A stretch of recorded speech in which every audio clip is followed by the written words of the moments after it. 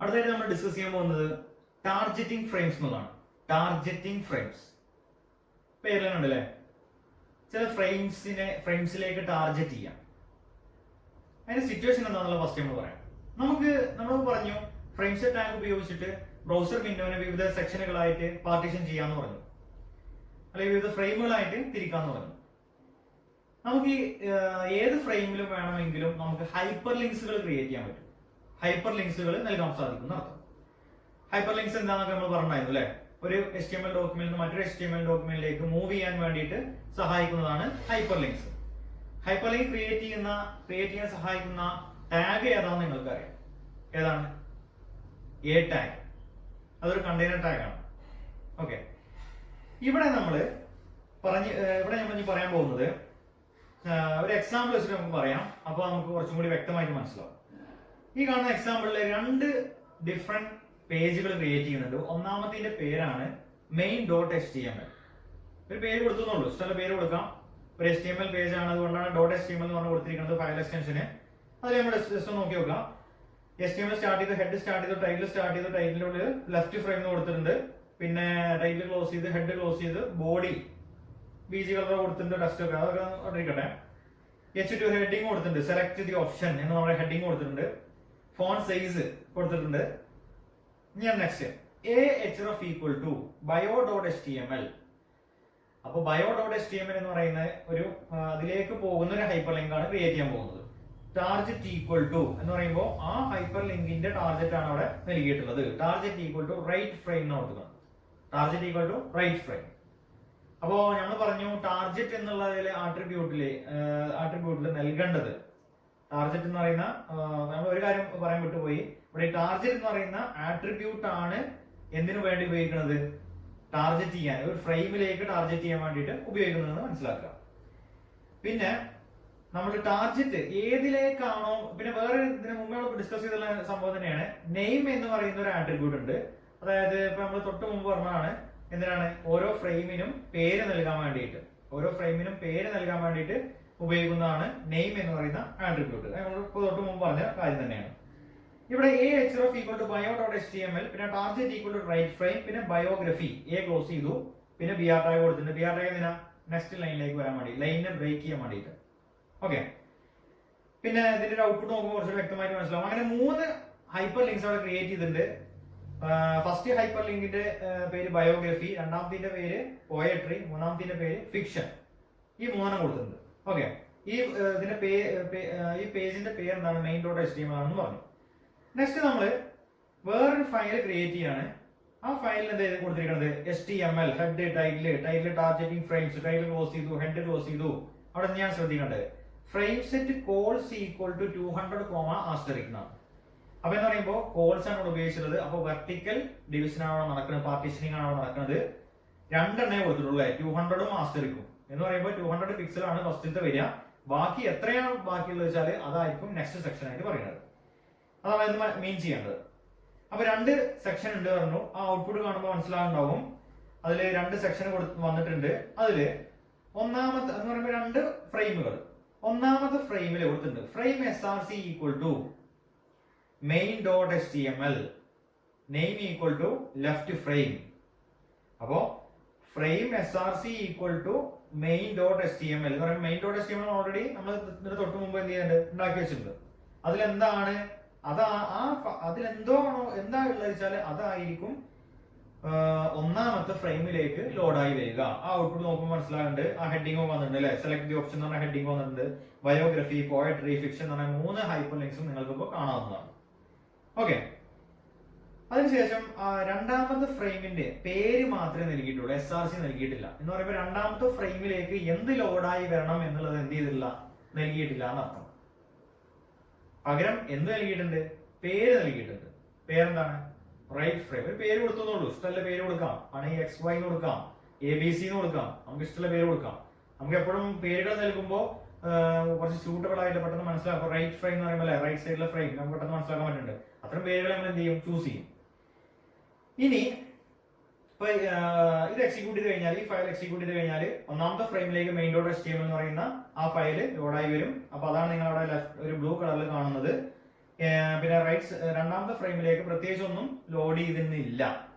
Okay, അപ്പോൾ load ചെയ്യാത്തൊരവസ്ഥയിൽ നിങ്ങൾ അവിടെ മറ്റേ റൈറ്റ് ഫ്രെയിമിൽ ബ്ലാങ്ക് ആയിട്ട് ആലോചിക്കുക.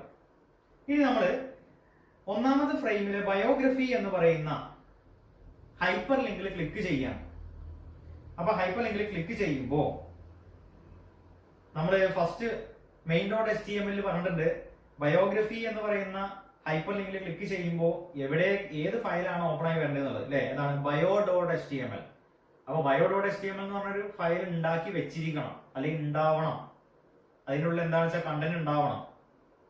അത് ഉണ്ട് എന്നുള്ള ഒരു രീതിയിലാണ് നമ്മൾ മുന്നോട്ട് പോകുന്നത്. അതേപോലെ തന്നെ poem.html, fiction.html അതൊന്നും നമ്മൾ ഉണ്ടാക്കി വെച്ചിട്ടില്ല, അതൊക്കെ ഉണ്ട് എന്നുള്ള കൺസെപ്റ്റിൽ മുന്നോട്ട് പോവുക. ഓക്കെ, അപ്പൊ നമ്മൾ ബയോഗ്രഫി എന്ന് പറയുന്ന അതിൽ ക്ലിക്ക് ചെയ്യുമ്പോൾ bio.html എന്ന് പറയുന്നതാണ് എവിടേക്ക് ലോഡായി വരിക, അല്ലെങ്കിൽ അതാണ് ആ ഫയലാണ് ലോഡായി വരേണ്ടത്. അതിന്റെ കണ്ടന്റ് ആണ് ഡിസ്പ്ലേ ചെയ്യേണ്ടത്. എന്നിട്ട് അതിന്റെ കൂടെ പറയുന്നുണ്ട് ഫസ്റ്റ് ഫയലിൽ main.html പറയുന്നുണ്ട് target equal to right frame എന്ന് പറയുന്നുണ്ട്. അത് എവിടേക്ക് ടാർജറ്റ് ചെയ്യണം, ഏത് ഫ്രെയിമിലേക്ക് ടാർജറ്റ് ചെയ്യണം, എന്താണ് റൈറ്റ് ഫ്രെയിം എന്ന് പേരുള്ള ഫ്രെയിമിലേക്ക് ടാർജറ്റ് ചെയ്യണം എന്ന് പറയുമ്പോൾ ആ ഹൈപ്പർ ലിങ്കിൽ ക്ലിക്ക് ചെയ്യുമ്പോൾ ലോഡ് ചെയ്ത് വരേണ്ട ഫയല് ഒരു സ്പെസിഫിക് ഫ്രെയിമിലേക്ക് എന്ത് ചെയ്യാൻ സാധിച്ചു, ടാർജറ്റ് ചെയ്യാൻ സാധിച്ചു. അതാണ് ഔട്ട്പുട്ടിൽ കാണുന്നത്. ഒരു പിങ്ക് കളറിൽ ലിസ്റ്റ് ഓഫ് ബയോഗ്രഫീസ് എന്ന് പറഞ്ഞിട്ട് 1 2 3 4 5 എന്ന് പറഞ്ഞിട്ട് ആളുകളുടെ പേര് നൽകിയിരിക്കുന്നത്. എന്ന് പറയുമ്പോൾ ഞാൻ പറഞ്ഞു bio.html കണ്ടന്റ് ആണ് അവിടെ എന്ത് ചെയ്തിരിക്കുന്നത്, റൈറ്റ് ഫ്രെയിമിൽ വന്നിരിക്കുന്നത്. അങ്ങനെ ഒരു ഫയൽ ഉണ്ടാവണം. അപ്പൊ നമ്മള് മറ്റേ ഇങ്ങനെ ലിസ്റ്റ് ഉണ്ടാക്കി വെച്ചിട്ടുള്ള ഫയൽ നമ്മളിപ്പോ ഇവിടെ എന്ത് ചെയ്തിട്ടില്ല, ക്രിയേറ്റ് ചെയ്തിട്ടില്ല, അല്ലെങ്കിൽ ഡിസ്കസ് ചെയ്തിട്ടില്ല. ഉണ്ട് എന്നുള്ള അർത്ഥത്തിൽ വേണം മുന്നോട്ട് പോകാൻ. അതേപോലെ തന്നെ ഇനിയിപ്പോ പോയട്രി എന്ന് പറയുന്നതിലാണ് ക്ലിക്ക് ചെയ്തെങ്കിലോ poem.html എന്താണോ നൽകിയിട്ടുള്ള വെച്ചാൽ അതായിരിക്കും ഈ റൈറ്റ് ഫ്രെയിം എന്ന് പേരുള്ള രണ്ടാമത്തെ ഫ്രെയിമിലേക്ക് എന്ത് ചെയ്യാം, ടാർജറ്റ് ചെയ്യുക, അല്ലെങ്കിൽ ഡിസ്പ്ലേ ചെയ്ത് വരിക. അവിടേക്കാണ് അത് ലോഡ് ചെയ്ത് വരിക. അപ്പൊ ഇങ്ങനെ ഒരു ഫ്രെയിമിലേക്ക് ടാർജറ്റ് ചെയ്യാൻ വേണ്ടിയിട്ടാണ് എന്തുപയോഗിക്കുന്നത്, ടാർജറ്റ് എന്ന് പറയുന്ന ആട്രിബ്യൂട്ട് ഉപയോഗിക്കുന്നത് മനസ്സിലാക്കുക. ഇനി നമ്മൾ ഡിസ്കസ് ചെയ്യാൻ പോകുന്നത് അടുത്തായിട്ട് നെസ്റ്റിംഗ് ഓഫ് ഫ്രെയിം സെറ്റ്സ് എന്നുള്ളതാണ്. നെസ്റ്റിംഗ് ഓഫ് ഫ്രെയിം സെറ്റ്സ് നമ്മൾ നെസ്റ്റഡ് ലിസ്റ്റ് അത് നമ്മൾ പഠിച്ചിട്ടുണ്ടായിരുന്നു. ലിസ്റ്റുകൾ പഠിച്ചപ്പോൾ ലിസ്റ്റുകൾ 3 തരത്തിൽ പറഞ്ഞില്ലേ, order list, unorder list, definition list. Order ലിസ്റ്റിന് ക്രിയേറ്റ് ചെയ്യാൻ വേണ്ടി OL tag, unorder list create ചെയ്യാൻ വേണ്ടി UL tag, definition list create ചെയ്യാൻ വേണ്ടിയിട്ട് DL ടാഗ്. വേറെ ടാഗുകളൊക്കെ അതിൻ്റെ ഉള്ളിലുണ്ട്, അതൊക്കെ നമ്മളിപ്പോൾ ഡിസ്കസ് ചെയ്യുന്നില്ല. ഇവിടെ നമ്മൾ പറയുന്നത് അവിടെ പറഞ്ഞ നെസ്റ്റഡ് ലിസ്റ്റ് അല്ലെങ്കിൽ നെസ്റ്റിംഗ് ഓഫ് ലിസ്റ്റ് എന്ന ഉദ്ദേശം എന്താണ്, ഒരു ലിസ്റ്റിന്റെ ഉള്ളിൽ മറ്റൊരു ലിസ്റ്റ് വരുന്നത് അല്ലെ, ആ ഒരു അർത്ഥത്തിൽ തന്നെ ഇവിടെ എടുത്താൽ മതി. നെസ്റ്റിംഗ് ഓഫ് ഫ്രെയിം സെറ്റ്സ് എന്നുള്ള ഉദ്ദേശിക്കുന്നത് ഒരു ഫ്രെയിം സെറ്റിന്റെ ഉള്ളിൽ വേറൊരു ഫ്രെയിം സെറ്റ് വരിക. അതെങ്ങനെയാന്നുള്ളത് നോക്കാം നമുക്ക്. ഒരു ഫ്രെയിം സെറ്റിന്റെ ഉള്ളിൽ മറ്റൊരു ഫ്രെയിം സെറ്റ് വരുന്നതിനെയാണ് നെസ്റ്റിംഗ് ഓഫ് ഫ്രെയിം സെറ്റ്സ് എന്നുള്ളത് ഉദ്ദേശിക്കുന്നത്. ഒരു എക്സാമ്പിൾ വെച്ച് നമുക്ക് നോക്കാം. HTML സ്റ്റാർട്ട് ചെയ്ത്, ഹെഡ് സ്റ്റാർട്ട് ചെയ്ത്, ടൈറ്റിൽ സ്റ്റാർട്ട് ചെയ്ത്, ടൈറ്റിൽ കൊടുത്തിട്ടുണ്ട്, ടൈറ്റിൽ ക്ലോസ് ചെയ്തു, ഹെഡ് ക്ലോസ് ചെയ്തു. പിന്നെ അവിടെ ബോഡി ടാഗ് ഒന്നും ഓപ്പൺ ചെയ്തിട്ടില്ല. ബോഡി ടാഗ് ഓപ്പൺ ചെയ്യേണ്ട ആവശ്യമൊന്നുമില്ല. അപ്പൊ നമ്മള് മറ്റേ ഡിവിഷൻ ആണ് നടക്കുന്നത്, അതായത് പാർട്ടീഷനിങ് ആണ് നടക്കുന്നത്. പാർട്ടീഷനിൽ ഓരോ പാർട്ടീഷനിലും എന്ത് ലോഡായി വരണമെന്നാണ് പറഞ്ഞു കൊടുക്കുന്നത്. Okay, frame set rows equal to 85, asterisk. അപ്പൊ എന്ന് പറയുമ്പോൾ റോസ് ആണ് ഉദ്ദേശിക്കുന്നത്. അപ്പൊ ഹൊറിസോണ്ടൽ പാർട്ടീഷനിങ് ആണ് നടക്കുന്നത് മനസ്സിലാക്കുക. ഒന്നാമത് 85 എന്ന് പറയുമ്പോൾ 85 പിക്സൽ ആണ് അകത്താക്കേണ്ടത്. 85 പിക്സൽ എത്രയാണോ വരുന്നത് വെച്ചാൽ ആ ഒരു സൈസിൽ എന്ത് ചെയ്യും, ഫസ്റ്റ് ഹൊറിസോണ്ടൽ പാർട്ടീഷൻ ആണ് ഫസ്റ്റ് ഫ്രെയിം. ബാക്കിയുള്ള എത്ര ആണോ ബാധിച്ചാൽ അതാണ് സെക്കൻഡ് ഫ്രെയിം ആയിട്ട് കണക്കാക്കുന്നത്. നിങ്ങൾ കാണുന്ന ഔട്ട്പുട്ടിൽ യെല്ലോ ബാക്ക്ഗ്രൗണ്ടിൽ വന്നിട്ടുള്ള ഫസ്റ്റ് ഫ്രെയിം ഹിയർ എന്ന് പറയുന്ന ഒരു ഔട്ട്പുട്ട് കാണുന്നുണ്ട് അല്ലെ, ഫസ്റ്റ് ഫ്രെയിം ഹിയർ എന്നാണ് അവിടെ എഴുതിയിരുന്നത്. അപ്പൊ എന്ന് പറയുമ്പോൾ ആ ഒരു സെക്ഷനാണ് ഇവിടെ 85 എന്ന് പറയുന്ന പിക്സലിന്റെ ഒരു സൈസ് ആയിട്ട് വന്നിരിക്കുന്നത്. എന്നതിന് ശേഷം ഇപ്പൊ 2 പാർട്ടീഷനിങ് നടന്നു, 2 റോ വൈസ് ആണ്, 2 ഹൊറിസോണ്ടൽ പാർട്ടീഷനിങ് നടന്നു പറഞ്ഞു. എന്നാലും ഒന്നാമത്തെ ഫ്രെയിമിലേക്ക്, അപ്പൊ 2 ഫ്രെയിം ഉണ്ട് എന്ന് പറഞ്ഞു അല്ലെ, അതിൽ ഒന്നാമത്തെ ഫ്രെയിമിലേക്ക് frame SRC equal to frame sample frame 1.html എന്ന് പറയുമ്പോൾ ഒന്നാമത്തെ സെക്ഷനിലേക്ക് സാമ്പിൾ ഫ്രെയിം 1.html എന്ന് പേരുള്ള ഒരു ഫയലിന് എന്ത് ചെയ്തു, ലോഡ് ചെയ്തു, നൽകി. നേരത്തെ പറഞ്ഞ പോലെ സാമ്പിൾ ഫ്രെയിം 1.html എന്നൊരു ഫയൽ ഉണ്ട് എന്ന് വിചാരിക്കുക, അത് ഉണ്ടാക്കി വെച്ചിട്ടുണ്ട്. അതൊന്നും ഇപ്പൊ എന്താ ഏതാണെന്നൊന്നും നമ്മളോട് ഡിസ്കസ് ചെയ്യുന്നില്ല, ഉണ്ട് എന്ന് വിചാരിക്കുക. അപ്പൊ അതാണ് എന്ത് ചെയ്തിരിക്കുന്നത്, ഫസ്റ്റ് ഫ്രെയിമിലേക്ക് ലോഡ് ചെയ്ത് തന്നിരിക്കുന്നത്. അതിന്റെ ഒരു ഔട്ട്പുട്ട് ആണ് നിങ്ങൾ അവിടെ യെല്ലോ കളറിൽ ഫസ്റ്റ് ഫ്രെയിം ഹിയർ എന്ന് പറഞ്ഞ അവിടെ കാണുന്നത്. അപ്പൊ അത് ആ കണ്ടന്റ് എന്താണോ അത് വരുത്താനുള്ള രീതിയിലാണ് ആ ഒരു ഫയൽ ഉണ്ടാക്കി വെച്ചിരിക്കുന്നത് വിചാരിക്കുക. ഓക്കെ, ഇനി രണ്ടാമത്തെ ഫ്രെയിമിനെ കുറിച്ച് അവിടെ എന്ത് ചെയ്യണില്ല. രണ്ടാമത്തെ ഫ്രെയിമില് ഞാൻ പറഞ്ഞു 2 ഹൊറിസോണ്ടൽ പാർട്ടീഷൻ ആണ് ഇതിന്. ഒന്നാമത്തേല് സാമ്പിൾ ഫ്രെയിം 1.html ആണ് ലോഡ് ചെയ്യേണ്ടത് പറഞ്ഞു. രണ്ടാമത്തേല് എന്താണ് ലോഡ് ചെയ്യേണ്ടത് എന്നുള്ളതിനെ കുറിച്ച് അവിടെ എന്ത് ചെയ്യണില്ല, ഡിസ്കസ് ചെയ്തിട്ടില്ല, അല്ലെങ്കിൽ നൽകിയിട്ടില്ല. അതിന് പകരമായിട്ട് വേറെ ഒരു ഫ്രെയിം സെറ്റ് ആകെ അവിടെ എന്ത് ചെയ്തിരിക്കുകയാണ്, ഓപ്പൺ ചെയ്തിരിക്കുകയാണ്. അപ്പൊ നോക്കിയാൽ ഒരു ഫ്രെയിം സെറ്റിന്റെ ഉള്ളിൽ വേറെ ഫ്രെയിം സെറ്റ് വന്നു. അതാണ് നെസ്റ്റഡ് ഓഫ് ഫ്രെയിം സെറ്റ്സ് എന്ന് ഉദ്ദേശിക്കുന്നത്. അവിടെ നോക്കി നോക്കാം. ഉള്ളിലായിട്ട് frame set cols equal to 200 asterisk. അപ്പൊ അവിടെ കോൾസ് നമ്മൾ ഉപയോഗിക്കുന്നത് ആട്രിബ്യൂട്ട്. അപ്പൊ എന്ന് പറയുമ്പോൾ എന്താണ്, വെർട്ടിക്കൽ പാർട്ടീഷനിങ് ആണ് നടക്കുന്നത്. അവിടെ 2 പാർട്ടീഷൻ നടക്കുന്നുള്ളൂ. ഒന്നാമത്തെ പാർട്ടീഷനിൽ 200 പിക്സൽസ് ആണ് സൈസ് കൊടുത്തിരിക്കുന്നത്.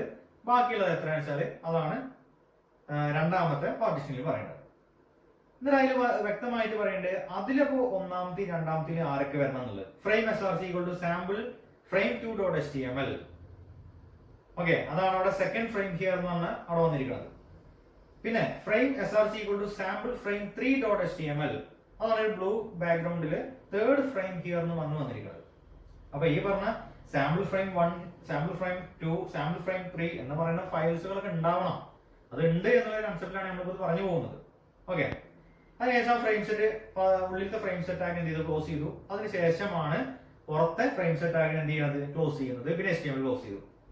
അപ്പൊ ഇവിടെ വ്യക്തമായിട്ട് മനസ്സിലായി എന്താണ് നെസ്റ്റഡ് ഓഫ് ഫ്രെയിം സെറ്റ്സ് എന്നുള്ളത്. ഒരു ഫ്രെയിം സെറ്റിനുള്ളിൽ മറ്റൊരു ഫ്രെയിം സെറ്റ് വരിക, അത് എങ്ങനെ വന്നു എന്നുള്ളത് ഈ ഒരു എക്സാമ്പിൾ വെച്ചിട്ട് വ്യക്തമായിട്ട് നമുക്ക് മനസ്സിലാക്കാൻ സാധിച്ചു. Next we are going to discuss about no frames tag. No frames tag. അതായത് ഈ ഫ്രെയിം സെറ്റ് ടാഗിനെ ചില ബ്രൗസേഴ്സ് സപ്പോർട്ട് ചെയ്യാത്ത അവസ്ഥ വരികയാണെങ്കിൽ അവിടെ എന്ത് ഡിസ്പ്ലേ ചെയ്യണം എന്നുള്ളത് സെറ്റ് ചെയ്ത് കൊടുക്കാൻ വേണ്ടിയിട്ട് ഉപയോഗിക്കുന്ന കണ്ടെയ്നർ ടാഗ് ആണ് നോ ഫ്രെയിംസ് ടാഗ് എന്നുള്ളത്. അങ്ങനെ പറയണേ, ചില browsers frame set tag support ചെയ്യാത്ത അവസ്ഥ വരികയാണെങ്കിൽ അത്തരം സന്ദർഭത്തിൽ ആ ഭാഗത്ത് എന്ത് ഡിസ്പ്ലേ ചെയ്യണം എന്നുള്ളത് സെറ്റ് ചെയ്ത് കൊടുക്കാൻ വേണ്ടിയിട്ടാണ് നോ ഫ്രെയിംസ് ടാഗ് എന്ന് പറയുന്ന കണ്ടെയ്നർ ടാഗ് ഉപയോഗിക്കുന്നത്. It is used to display some text content in the window if the browser is unable to support frames. അതാണ് no frames tag.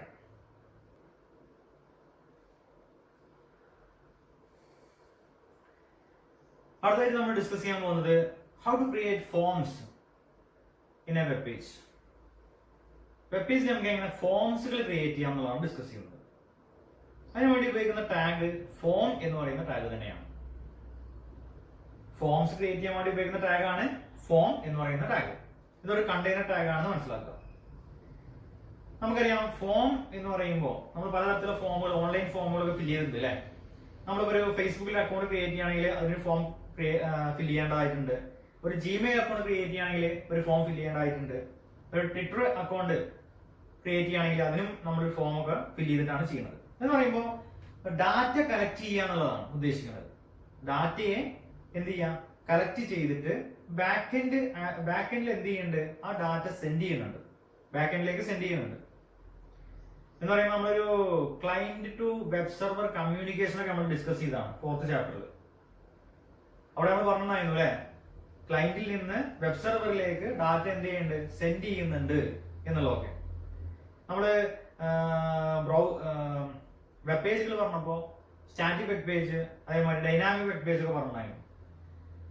അപ്പൊ ഡൈനാമിക് വെബ് പേജ് നമ്മൾ പറഞ്ഞത് HTML ടാഗിന്റെ കൂടെ സ്ക്രിപ്റ്റുകൾ കൂടി ഉൾപ്പെടും. സ്ക്രിപ്റ്റ് എന്ന് പറഞ്ഞാൽ എന്താ, പ്രോഗ്രാമിംഗ് കോഡ്സ്, ചെറിയ പ്രോഗ്രാമിംഗ് കോഡുകളെയാണ് സ്ക്രിപ്റ്റ്സ് എന്നാണ് ഉദ്ദേശിക്കുന്നത്.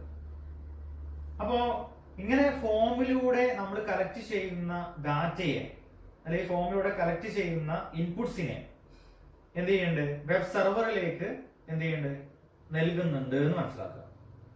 ഓക്കെ, അപ്പൊ ഇതിനു വേണ്ടിയിട്ട് ചില ബാക്ക്എൻഡ് ആപ്ലിക്കേഷൻസ് ഉപയോഗിക്കുന്നുണ്ട്. ഒരു ഉദാഹരണമാണ് കോമൺ ഗേറ്റ്വേ ഇന്റർഫേസ്. പിന്നെ നമ്മൾ പഠിച്ചിട്ടുണ്ടായിരുന്നു ASP, ആക്റ്റീവ് സെർവർ പേജ്. പിന്നെ PHP, ഇതൊക്കെ നമ്മൾ പഠിച്ച കാര്യം തന്നെയാണ്, 4th ചാപ്റ്ററിൽ ഡിസ്കസ് ചെയ്ത കാര്യം തന്നെയാണ്. അപ്പൊ ഇങ്ങനെ ഫോമിലൂടെ കളക്ട് ചെയ്യുന്ന ഡാറ്റയെ ബാക്ക് എൻഡ് ആപ്ലിക്കേഷനിലേക്ക് എന്ത് ചെയ്യുന്നുണ്ട്, നൽകുന്നുണ്ട്, പോസ്റ്റ് ചെയ്യുന്നുണ്ട്.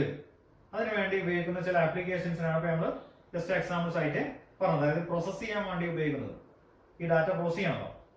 ഓക്കെ. പിന്നെ നമ്മൾ പറഞ്ഞത് ഈ ഫോം എന്ന് പറയുന്ന അത് ഒരു കണ്ടന്റ് ടാഗ് ആണെന്ന് പറഞ്ഞു. പിന്നെ നിങ്ങൾക്ക് തന്നെ അറിയാം, ഫോം എന്ന് പറയുമ്പോൾ അതിൽ പല തരത്തിലുള്ള കൺട്രോൾസുകളുണ്ട്, ഫോം കൺട്രോൾസുകളുണ്ട്. അതിന് എക്സാമ്പിൾസ് നമ്മൾ പറയുകയാണെങ്കിൽ text box, check box, radio button, പിന്നെ സബ്മിറ്റ് ബട്ടണ്, പിന്നെ ടെക്സ്റ്റ് ഏരിയ, അങ്ങനെ പല തരത്തിലുള്ള ഫോം കൺട്രോൾസുകൾ നമ്മൾ ഫോം ക്രിയേറ്റ് ചെയ്യുകയാണെങ്കിൽ നമുക്ക് നമ്മുടെ ഇഷ്ടത്തിനനുസരിച്ച് നമുക്ക് പലതരത്തിലുള്ള ഫോം കൺട്രോൾസുകൾ നൽകാവുന്നതാണ്. അപ്പൊ നമ്മൾ പറഞ്ഞത് ഫോം എന്ന് പറയുന്ന ടാഗ് തന്നെയാണ് ഫോം എന്ന് പറയുന്ന ഫോംസ് ക്രിയേറ്റ് ചെയ്യാൻ വേണ്ടിയിട്ട് ഉപയോഗിക്കുന്നതെന്ന് പറഞ്ഞു. ഇനി നമ്മൾ ഡിസ്കസ് ചെയ്യാൻ പോകുന്നത് ഇതിന്റെ കുറച്ച് ആട്രിബ്യൂട്ട്സുകളാണ്. ഫസ്റ്റ് വൺ ഈസ് ആക്ഷൻ എന്നുള്ളതാണ്. ആക്ഷൻ നമ്മൾ പറഞ്ഞു, ഫോം എന്ന് പറഞ്ഞാല് കുറച്ച് ഇൻപുട്സുകൾ അല്ലെ, കുറച്ച് ഡാറ്റ എന്ത് ചെയ്യാണ്, കളക്ട് ചെയ്യാണ്. കളക്ട് ചെയ്തിട്ട് അത് എന്ത് ചെയ്യുന്നുണ്ട്, സെർവറിലേക്ക് അല്ലെങ്കിൽ ബാക്ക് എൻഡിലേക്ക് എന്ത് ചെയ്യുന്നുണ്ട്, അത് സെൻഡ് ചെയ്യുന്നുണ്ട് എന്ന് പറഞ്ഞു. അപ്പൊ ആ സെൻഡ് ചെയ്യുന്ന അല്ലെങ്കിൽ അത് എന്തായാലും എക്സാമ്പിൾസ് പറഞ്ഞു, CGI, PHP, ASP അങ്ങനെ എക്സാമ്പിൾസ് ആണെന്ന് പറഞ്ഞു. അപ്പൊ ഇതിന്റെ URL അതിന്റെ ഫോം ഹാൻഡ്ലേഴ്സ് എന്നാ പറയാം. അങ്ങനത്തെ ആ ആപ്ലിക്കേഷൻസ് എന്താ പറയാ, ഫോം ഹാൻഡ്ലേഴ്സ് എന്നാണ് പറയുന്നത്. ആ ഫോം ഹാൻഡ്ലേഴ്സിന്റെ URL സ്പെസിഫൈ ചെയ്യാൻ വേണ്ടിയാണ് എന്ത് ഉപയോഗിക്കുന്നത്, ആക്ഷൻ എന്ന് പറയുന്ന ആട്രിബ്യൂട്ട് ഉപയോഗിക്കുന്നത്. നെക്സ്റ്റ് വൺ ഈസ് മെത്തേഡ് എന്നുള്ളതാണ്. It mentions the method used to upload data. ഏത് മെത്തേഡിലാണ് ഡാറ്റ അപ്ലോഡ് ചെയ്യുന്നത്, അതായത് രണ്ട് രീതിയിലാണ് പറയുന്നത്, ഗെറ്റ് ആൻഡ് പോസ്റ്റ് എന്നുള്ളതാണ്. ഇത് ഏതെങ്കിലും. മൂന്നാമതായിട്ട് ടാർഗറ്റ് എന്നുള്ളതാണ്. It specifies the target window or frame where the result of the script will be displayed എന്നുള്ളതാണ്. ഇനി നമ്മൾ പറഞ്ഞൊരു ഫോം ക്രിയേറ്റ് ചെയ്യുകയാണെങ്കിൽ വിവിധ തരത്തിലുള്ള ഫോം കൺട്രോൾസുകൾ അതിൽ എന്ത് ചെയ്യുന്നുണ്ട്, നൽകുന്നുണ്ടെന്ന് പറഞ്ഞു. ഈ ഫോം കൺട്രോൾസുകൾക്ക് എക്സാമ്പിൾസും ഞാൻ ഓൾറെഡി പറഞ്ഞു കഴിഞ്ഞതാണ്. അതിൽ ഫോം കൺട്രോൾസ് എക്സാമ്പിൾസ് നമ്മൾ ഓൾറെഡി പറഞ്ഞാൽ നിങ്ങൾക്ക് ഓർമ്മ ഉണ്ടാവും. അതായത് text box, radio button, check box, text area, submit button, ഇതൊക്കെ ചില എക്സാമ്പിൾസുകളാണ്. ഇങ്ങനെ ഇത്തരത്തിലുള്ള ഫോം കൺട്രോൾസുകൾ ഒരു ഫോമിൽ നൽകണം എന്നുണ്ടെങ്കിൽ നമ്മൾ അതിനെ ഒരു ടാഗ് സഹായിക്കുന്നുണ്ട്. ആ ടാഗ് ആണ് ഇൻപുട്ട് ടാഗ്. ഓക്കെ. ഫോം കൺട്രോൾസിനെ ഫോമിൽ സ്പെസിഫൈ ചെയ്യാൻ വേണ്ടി ഉപയോഗിക്കുന്ന ടാഗ് ആണ് ഇൻപുട്ട് ടാഗ് എന്ന് പറയുന്നത്. അപ്പൊ ഇൻപുട്ട് ടാഗ് മനസ്സിലാക്കേണ്ട ഒരു എംപ്റ്റി ടാഗ് ആണ് മനസ്സിലാക്കുക. ഫോം ടാഗ് ഒരു കണ്ടെയ്നർ ടാഗ് ആണ്. ഇൻപുട്ട് ടാഗ് എന്താണ്, ഒരു എംപ്റ്റി ടാഗ് ആണ്. ഇതൊരു മെയിൻ ഒരു ആട്രിബ്യൂട്ട് ആണ് ടൈപ്പ് എന്ന് പറയുന്നത്. ഇൻപുട്ട് ടൈപ്പ്, ഇൻപുട്ടിന്റെ ഒരു ആട്രിബ്യൂട്ട് ആണ് ടൈപ്പ് എന്ന് പറയുന്നത്. ഈ ടൈപ്പ് എന്ന് പറയുന്ന ആട്രിബ്യൂട്ടിന്റെ വാല്യൂ ആയിട്ട് ആണ് നമ്മൾ ഏത് തരത്തിലുള്ള ഫോം കൺട്രോൾ ആണ് വരേണ്ടത് എന്നുള്ളത് സ്പെസിഫൈ ചെയ്യുന്നത്. നിങ്ങളിപ്പോ ഒരു ടേബിൾ കാണുന്നുണ്ട്. അതില് ടൈപ്പ് എന്ന് പറയുന്ന ആട്രിബ്യൂട്ടിന് നൽകാവുന്ന വ്യത്യസ്ത തരത്തിലുള്ള വാല്യൂസിനെയാണ് നൽകിയിരിക്കുന്നത്. ഒന്നാമതായിട്ട് ടെക്സ്റ്റ് എന്നുള്ളത്. ടെക്സ്റ്റ് എന്ന് നമ്മൾ കൊടുത്തു കഴിഞ്ഞാൽ, അതായത് input type equal to text എന്ന് കൊടുത്തു കഴിഞ്ഞാൽ ടെക്സ്റ്റ് ബോക്സ് ആണ് അവിടെ വരിക, ആ ഫോമിൽ ക്രിയേറ്റ് ചെയ്യാം. പാസ്വേഡ് എന്ന് കൊടുത്തു കഴിഞ്ഞാൽ പാസ്വേഡ് ബോക്സ് ആണ് നൽകുക. ചെക്ക് ബോക്സ് പറഞ്ഞാൽ ചെക്ക് ബോക്സ് ആണ് അവിടെ ക്രിയേറ്റ് ചെയ്യുക. അതേപോലെ റേഡിയോ ബട്ടൺസ് ക്രിയേറ്റ് ചെയ്യണം. അതായത് നമുക്ക് പല ഓപ്ഷൻസുകൾ നൽകിയിട്ട് അതിൽ ഏതെങ്കിലും ഒന്ന് മാത്രം സെലക്ട് ചെയ്യാൻ പറ്റുന്ന ആ ഒരു സിറ്റുവേഷനിൽ ഉപയോഗിക്കാവുന്നതാണ് റേഡിയോ ബട്ടൺ എന്ന് പറയുന്നത്. ഉദാഹരണത്തിന് ജെൻഡർ എന്ന് പറയുന്നത് മെയിൽ ഓർ ഫീമെയിൽ, അല്ലെങ്കിൽ ട്രാൻസ്ജെൻഡർ, ഇങ്ങനെ 3 ഓപ്ഷൻസ് ആണ് നൽകാവുന്നത്. അപ്പൊ അതിൽ ഏതെങ്കിലും ഒന്നേ എന്ത് ചെയ്യാൻ പറ്റുള്ളൂ, സെലക്ട് ചെയ്യാൻ പറ്റുള്ളൂ. അത്തരം സന്ദർഭങ്ങളിൽ ഉപയോഗിക്കാവുന്നതാണ് റേഡിയോ ബട്ടണ്. പിന്നെ ചെക്ക് ബോക്സ് ആകുമ്പോൾ എന്താണ്, മൾട്ടിപ്പിൾ സെലക്ഷന് വേണ്ടിയിട്ട് ഉപയോഗിക്കുന്നതാണ്. പിന്നെ റീസെറ്റ് എന്ന് പറഞ്ഞാൽ used to clear all the entries made in the form. ഫോമിൽ നമ്മൾ എന്തെങ്കിലും എൻട്രീസുകൾ നൽകിയിട്ടുണ്ടെന്നുണ്ടെങ്കിൽ, ഇൻപുട്സുകൾ നൽകിയിട്ടുണ്ടെങ്കിൽ റീസെറ്റ് ബട്ടൺ ക്ലിക്ക് ചെയ്ത് കഴിഞ്ഞാൽ എന്തായിരിക്കും, അതിൽ നൽകിയതെല്ലാം എന്ത് ചെയ്യും, ക്ലിയർ ചെയ്യാൻ വേണ്ടിയിട്ടുള്ളത്. പിന്നെ സബ്മിറ്റ് ബട്ടൺ നമ്മൾ പറഞ്ഞു, സെർവറിലേക്ക്, വെബ് സെർവറിലേക്ക് ഈ പറഞ്ഞ നമ്മൾ ഫോമിൽ നൽകുന്ന വാല്യൂസിനെ, ഇപ്പൊ നമ്മള് ഫേസ്ബുക്കിൽ ഒരു അക്കൗണ്ട് ക്രിയേറ്റ് ചെയ്യുകയാണെങ്കിൽ ആ ഫോം ഫില്ല് ചെയ്തിട്ട് നമ്മൾ സബ്മിറ്റ് ബട്ടൺ ക്ലിക്ക് ചെയ്യുന്നില്ലേ, ആ സബ്മിറ്റ് ബട്ടൺ ക്ലിക്ക് ചെയ്യുമ്പോഴാണ് അതിന്റെ വെബ് സെർവറിലേക്ക് നമ്മൾ നൽകിയ എന്താ പറയാ ഡിഫറെന്റ് വാല്യൂസുകൾ എന്ത് ചെയ്യണത്, സെൻഡ് ചെയ്യണത്. അപ്പൊ ആ ഒരു പർപ്പസിന് വേണ്ടിയിട്ട് സബ്മിറ്റ് ബട്ടണ്. പിന്നെ ബട്ടൺ എന്ന് പറയുന്നത് സാധാരണ ഒരു ഗ്രാഫിക്കൽ ബട്ടൺ ക്രിയേറ്റ് ചെയ്യാൻ വേണ്ടിയിട്ട്, ഫോമിൽ ക്രിയേറ്റ് ചെയ്യാൻ വേണ്ടിയിട്ടാണ് ഇത് ഉപയോഗിക്കുന്നത്. ഇത്രയാണ് ടൈപ്പ് എന്ന് പറയുന്ന ആട്രിബ്യൂട്ടിന് നൽകാവുന്ന വ്യത്യസ്ത തരത്തിലുള്ള വാല്യൂസ്. ഓക്കെ, വേറൊരു ആട്രിബ്യൂട്ട് ആണ് നെയിം എന്ന് പറയുന്നത്. എന്ന് പറഞ്ഞു കഴിഞ്ഞാൽ നിങ്ങൾക്ക് അറിയാം, ഇപ്പൊ നമ്മൾ പറഞ്ഞുകൊണ്ടിരിക്കുന്നത് ഇൻപുട്ട് ടാഗിന്റെ ആട്രിബ്യൂട്ട്സ് ആണ്. അപ്പൊ ഇൻപുട്ട് ടാഗ് എന്താന്ന് പറഞ്ഞു, വ്യത്യസ്ത തരത്തിലുള്ള ഫോം കൺട്രോൾസുകൾ വെക്കാൻ വേണ്ടിയിട്ടാണെന്ന് പറഞ്ഞു. ഫോം കൺട്രോൾസ് എക്സാമ്പിൾസ് നമ്മൾ പറഞ്ഞു.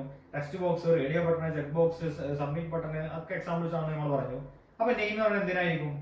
ഫോം കൺട്രോളിന് പേര് സ്പെസിഫൈ ചെയ്യാൻ വേണ്ടിയാണ് നെയിം എന്ന് പറയുന്നത് ഉപയോഗിക്കുന്നത്. പിന്നെ വാല്യൂ എന്ന് പറയുന്നത് ഒരു ഡിഫാൾട്ട് വാല്യൂ നൽകാൻ വേണ്ടിയിട്ട്. ഇപ്പോ നമ്മൾ ടെക്സ്റ്റ് ബോക്സിൽ ഓൾറെഡി കാണുമ്പോൾ തന്നെ, നമ്മുടെ മുന്നിലേക്ക് ആ ഫോം വരുമ്പോൾ തന്നെ അതിലൊരു വാല്യൂ നൽകിയിട്ട് നമുക്ക് ഡിസ്പ്ലേ ചെയ്യാൻ, നമുക്ക് നൽകാൻ വേണ്ടിയിട്ട്, അതിന് വേണ്ടിയിട്ടാണ് ഡിഫോൾട്ട് വാല്യൂ സെറ്റ് ചെയ്യാൻ വേണ്ടിയിട്ടാണ് വാല്യൂ എന്ന് പറയുന്നത് നൽകുന്നത്. പിന്നെ സൈസ് എന്ന് പറയുന്നത് ഇത് sets the width of the input text in terms of characters. അതായത് ക്യാരക്ടേഴ്സിന്റെ കണക്കിലാണ് പറയുന്നത്, അതിന്റെ സൈസ് സ്പെസിഫൈ ചെയ്യാൻ വേണ്ടിയിട്ട്. പിന്നെ മാക്സ് ലെങ്ത് എന്ന് പറഞ്ഞിട്ട് it limits the number of characters that the user can type into the field. ഒരു ടെക്സ്റ്റ് ബോക്സ് കൊടുക്കുകയാണെങ്കിൽ മാക്സ് ഫീൽഡ് കൊടുക്കുകയാണെന്നുണ്ടെങ്കിൽ, അതായത് മാക്സിമം എത്ര ക്യാരക്ടേഴ്സ് ഇൻപുട്ട് ചെയ്യാൻ അതിന് ലിമിറ്റ് കൊടുക്കുക. അപ്പോൾ മാക്സ് ഫീൽഡ് 30 കൊടുക്കുകയാണെങ്കിൽ 30 ക്യാരക്ടേഴ്സ് ഇൻപുട്ട് ചെയ്യാനുള്ള സ്പേസ് മാത്രമേ അതിൽ മാക്സിമം ലെങ്ത് അത്രയാണ് വരിക. ഇപ്പൊ നമ്മൾ ഒരു എക്സാമ്പിൾ കാണുന്നുണ്ട്. Example HTML head, title, body start ചെയ്തിട്ട് അതിൽ form action equal to login dot PHP. അവിടെ ഉദ്ദേശിക്കുന്നത് എന്താണ്? ഈ ഒരു ഫോമിൽ ഇവിടെ സ്വീകരിക്കുന്ന വാല്യൂസ്, ഇൻപുട്ട് ചെയ്യുന്ന വാല്യൂസിനെ വെബ് സെർവറിലേക്ക് പ്രോസസ് ചെയ്യാൻ വേണ്ടിയിട്ട് ഉപയോഗിക്കുന്ന ആപ്ലിക്കേഷൻ സൈഡിലുള്ള ഇതാണ് പറയുന്നത്. PHP എന്ന് പറഞ്ഞാൽ PHP ആപ്ലിക്കേഷൻ ആണെന്ന് അർത്ഥം.